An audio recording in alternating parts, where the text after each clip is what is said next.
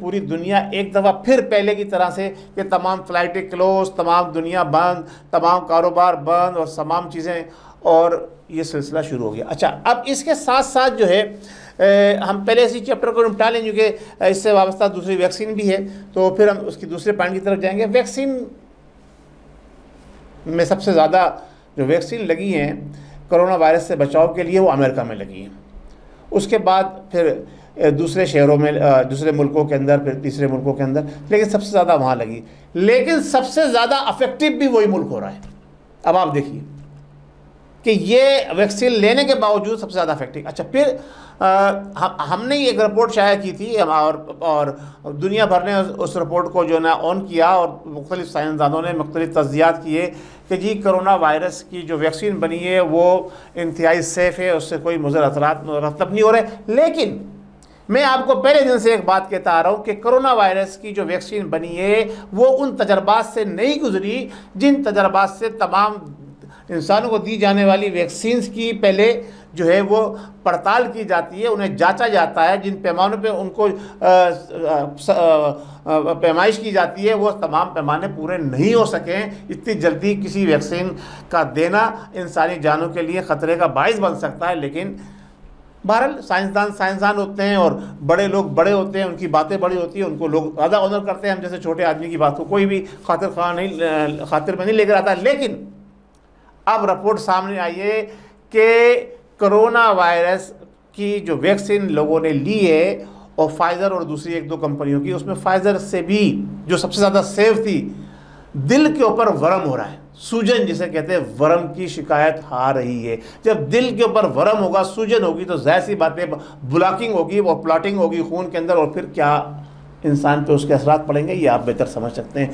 تو لہذا جو لوگ کرونا وائرس کی دوا لے رہے ہیں ان سے گزارش یہ ہے، ویکسین لے رہے ہیں، کہ وہ اپنی صحت کا خود خیال رکھیں، اور اس کے ساتھ ساتھ اپنے جو ان کے معالج ہیں جن سے وہ اپنا عام ڈیزیز کا علاج کراتے ہیں یا ہارٹ اسپیشلسٹ ہے، ان سے ضرور رابطے میں رہے کہ خدا نخواستہ اگر کوئی زیادہ تکلیف دہ عمل ہو، بات ہو، تو وہ ان کو پیشگی طور پر اس کا تدارک کیا جا سکے۔ تو کرونا وائرس کی میڈیسن لینا تو دنیا نے مجبور کر دیا، بالخصوص پاکستان، سم بلاک، اکاؤنٹ بلاک، فلانا دھماکہ۔ یہ گورنمنٹ جناب علی ایک کتے کے کاٹنے کی ویکسین جو عام عوام کو فری نہیں دے سکتی ہے، وہ کرونا وائرس کی ویکسین دے رہی ہے۔ اس کے پیچھے کیا سچ ہے وہ ہم بتا چکے ہیں کہ ہر خبر کے پیچھے صبح سچ جو ہم بتاتے ہیں آپ کو، کہ اس کے پیچھے سچ یہ ہے کہ دنیا، ورلڈ ہیلتھ آرگنائزیشنز ان کو فنڈ دے رہی ہے، پیسے دے رہی ہے، جتنے مریضوں کو دوائی لگاؤ گے اتنے پیسے لوگے۔ جیسا ابھی ایک ویب آئی ہے کہ آپ اس ویب کے اوپر جائیں، اس کو ڈاؤن لوڈ کریں، اس کو دیکھیں، اور آپ کو پیسے لے لیں گے۔ یعنی انسانوں کو غلیظ چیزوں کو دیکھنے کے لیے مسلمانوں کے لیے وہ ویبس بنائی گئی ہیں کہ ان کو آپ، ہمارے نوجوان جائیں، ان پہ اوریانیت اور بے حیائی دیکھیں، اس ویبس کو ڈاؤن لوڈ کریں، ڈاؤن لوڈ کرنے کے بھی پیسے ملیں گے، اس کو دیکھنے کے جتنا آپ واچ ٹائم بڑھے گا آپ کا اتنے پیسے ملیں گے۔ تو یہ دنیا کے جو یہود و ہنود ہیں وہ مسلمانوں کے خلاف کس طرح کی سازش کر رہے ہیں، اور ان کو کس طرح سے مسلمانوں کو ختم کرنے کے لیے پلاننگ کر رہے ہیں، یہ اب آپ کے سامنے ہے۔ اور یہ کرونا وائرس اور ویکسین بھی انسانیت کو ختم کرنے کے لیے بنائی گئی ہے، یہ صرف مسلمانوں کو نہیں۔ اور جو بار بار ہمارے جو بڑے لیڈران ہیں ان کی بھی بل گیٹ سے جو بار بار ملاقاتیں ہو رہی ہیں، اس کی وجہ کیا ہے؟ یہ ویکسین کو زبردستی پاکستان میں زبردستی ویکسین کیوں دی جا رہی ہے سرکاری ملازمین کو؟ یہ ان ملاقاتوں کا سلسلہ ہے جو ہمارے بڑے لیڈر جو نا بل گیٹ سے باتیں کر رہے ہیں، بار بار جو نا ٹیلی فونک رابطے کر رہے ہیں، یہ ان ملاقاتوں کا سلسلہ ہے کہ جناب زبردستی ویکسین دو، کیونکہ دنیا کی 1/3 آبادی ختم کریں گے تو وہ دنیا پہ کنٹرول کر سکتے ہیں۔ یہ کرونا وائرس کا جو ہے آفٹر جو آخری رزلٹ ہے وہ یہ ہے۔ ناظرین، اس کے بعد ہم جاتے ہیں ہمارے وزیر اعظم پاکستان کی طرف جانے سے پہلے اس کو بعد میں لیتے ہیں۔ میں نے یو کے کا بھی بتا دیا اور یو کے میں بھی ہونے والا ہے، اور ساری بنگلہ دیش کا بھی بتا دیا۔ پہلے ہم بات کر لیں امریکہ کے عراق اور شام میں پھر دوبارہ ان جگہوں پر حملے شروع کر دیے ہیں۔ ایک طرف وہ نکل رہا ہے افغانستان سے، تو ظاہر سے چاہیے جب جس کتے کو جو ہے نا، کتا کہوں گا، جس کتے کو جو ہے نا خون لگ جاتا ہے نا، وہ جو ہے کہیں نہ کہیں منہ مارتا رہتا ہے، تو اس کو مسلمانوں کا خون لگا ہوا ہے۔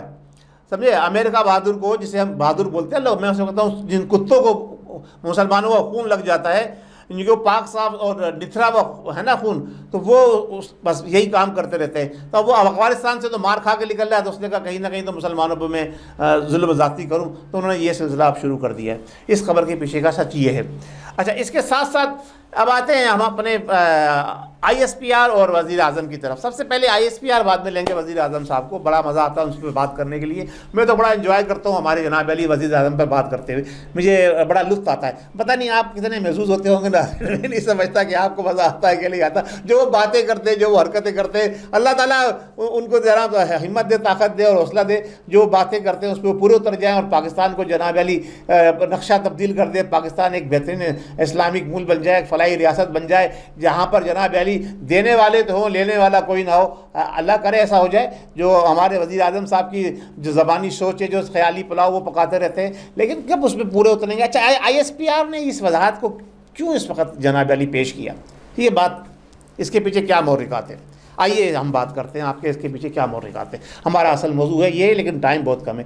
آپ پچھلے دنوں آپ نے دیکھا ہوگا کہ وزیر اعظم پاکستان نے آئی ایس آئی یا ہماری انٹیلیجنس اداروں کے ساتھ بریفنگ لی، اور اس بریفنگ کے اندر یہ پہلی مرتبہ ہوا ہے کہ پورا ہمارا ادارہ، جو سب سے بڑا ادارہ ہے ملک کا، جو کنٹرول کرنے والا، ان کے سربراہ جو تھے آرمی چیف، وہ بریفنگ میں موجود نہیں تھے. ورنہ ہوتا یہ تھا کہ وزیر اعظم صاحب جاتے ہیں ساتھ میں، یا وزیر دفاع جاتے ہیں، اور آئی ایس پی آر کے ذمہ داران جو اداروں کے ذمہ دار ان کو بریفنگ دیتے ہیں، لیکن چیف آف آرمی اسٹاف وہاں ضرور موجود ہوتا ہے. یہ پہلی مرتبہ ہوا ہے. اچھا، اس بریفنگ کے بعد کچھ ہلچل مچی ہے، وہ چیزیں سامنے آئی ہیں. ہم نے پہلے بھی بریک کیا تھا معاملات، کچھ بڑے لوگوں کو جناب علی اوپر بھیجنے کے انتظامات کرنے کی تیاریاں مختلف لوگوں نے کی ہوئی ہیں، اور میں بار بار نشاندہی کرتا رہتا ہوں، اور پہلے بھی میں نے نشاندہی کی تھی. تو آپ کے سامنے دیکھا گیا کہ کھوسا صاحب بھی گئے، اور دوسرے تیسرے بھی گئے، اور اب کاکڑ صاحب بھی چلے گئے. یہ جاتے رہیں گے، اور اس قسم کے لوگ، تو یہ سلسلہ چلتا رہے گا. اچھا، اب یہاں پر یہ بات یہ ہے کہ وزیر اعظم صاحب نے بریفنگ لے لی. اس کے بعد وزیر اعظم صاحب جناب علی ان کی ٹون چینج ہو گئی. اب تو وزیر اعظم صاحب فرماتے ہیں کہ جناب آرمی سے اگر کوئی دب کر ڈر کر کوئی کام کرے گا تو جیت نہیں سکتا ہے.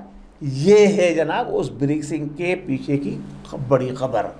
اب وزیر اعظم صاحب جو ہیں انہوں نے کھلم کھلا اعلان کر دیا ہے کہ میں اداروں کے کنٹرول میں نہیں رہوں گا.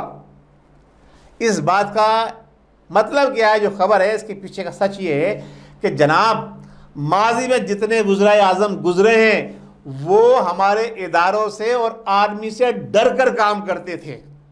یہ اس خبر کے پیچھے کا چھپا سچ ہے. جو آج کی ہماری بریکنگ نیوز ہے، جو آج کی ہماری بریکنگ خبر ہے، یہ ہے کہ وزیر اعظم کا سوشل میڈیا میں سارا یہ وائرل ہو چکا ہے. مختلف لوگ اپنے اپنے انداز میں اس کو تجزیات پیش کر رہے ہیں، لیکن میرا تجزیہ یہ ہے کہ وزیر اعظم نے سچ اگل دیا. پہلی مرتبہ وزیر اعظم صاحب نے عوام کے سامنے سچ اگل دیا کہ جو آرمی سے دب کر رہتا ہے وہ جیت نہیں سکتا. جی جناب علی، آپ دیکھیں پاکستان میں کون جیتا ہے؟ کوئی وزیر اعظم جو ہے وہ پورا کام اپنا ٹرن اوور کر سکا ہے؟ کوئی نہیں کر سکا. خان لیاقت علی خان سے لے لیں، لاسٹ جو وزیر اعظم سے اپنے کیا نام ہے میاں نواز شریف، اس دوران جتنے وزیر اعظم گزرے ہیں ان سب کو حکومتی اداروں نے اس طرح سے لپیٹ لپاٹ کے پھینک دیا. چلو بھائی جہاں ان کا مطلب پورا ہوا ان کو فارغ کیا. نیازی صاحب نے فرما دیا، اگر نیازی صاحب کھول کے سچے ہیں، بات کے پکے ہیں اور کام رہے تو میں ان کو سلوٹ کروں گا جو انہوں نے کہا ہے. ان کی اس بات کے اوپر میں ان کی ساری جتنی ان کی خرابیاں ہیں، جو یہ لفظ خاتم النبیین ادا نہیں کر سکے حلف لیتے وقت، اور قادیانیوں کو فروغ دے رہے ہیں، اور کیا نام ہے یہودیت کو یہ پاکستان میں پروان چڑھا رہے ہیں. اور میں یہ سمجھتا ہوں یہ سب کچھ جو کہ نیازی صاحب نے کہا ہے، یہ کہ ان کی کمر پیچھے سے مضبوط ہے، یہودی لابی ان کے ساتھ ہے، قادیانی ان کے ساتھ ہے، اس لیے یہ بات کہیے. اور اگر یہ اس بات پر قائم رہے اور کچھ ایسا ہمارے پاکستان کے لیے دے گئے، ڈیلیور کر گئے کہ جس سے پاکستان کی آئندہ آنے والی نسلیں آزادانہ زندگی گزار سکیں. ہم پہلے بھی غلاموں کی زندگی گزار رہے تھے، ہم لب کشائی کر نہیں سکتے مقدس گایوں کے خلاف، مقدس بیلوں کے خلاف. تو اگر یہ کچھ ایسا کام کر گئے تو ہم ان کو جناب علی سلوٹ پیش کریں گے، لیکن ایسا ہوتا نظر نہیں آ رہا ہے. بہرحال یہ بڑی خبر جو وزیر اعظم نے بریک کی تھی کہ آرمی سے ڈر کر کوئی جیت نہیں سکتا، اس کے پیچھے کا سچ یہ ہے کہ یہودی لابی اور قادیانی لابی فل سپورٹ کر رہی ہے، اور انہوں نے کہا کہ ڈٹ جاؤ ہم تمہارے ساتھ ہیں. جی جناب، اب آپ میرے تجزیے سے متفق ہوں تو مجھے بتائیے گا، اگر نہیں تو بھی جناب گزارا کرنا ہے، اپنے چینل تو آپ نے پروگرام تو سن ہی لیا، اب آپ کی مرضی ہے سبسکرائب کریں یا نہ کریں، ہمیں فیڈ بیک دیں یا نہ دیں، ہم آپ کو خبریں پہنچاتے رہیں گے۔ ہمارا کام یہ ہے کہ ہم آپ کو سچ ڈیلیور کریں، اور ان شاء اللہ تعالیٰ اس میں AQ گلوبل ٹیم آپ کے ساتھ کوآپریٹ بھی کرے گی اور ہمیشہ کامیاب رہے گی۔ بہت شکریہ، السلام علیکم۔ پاکستان زندہ باد، پاک فوج زندہ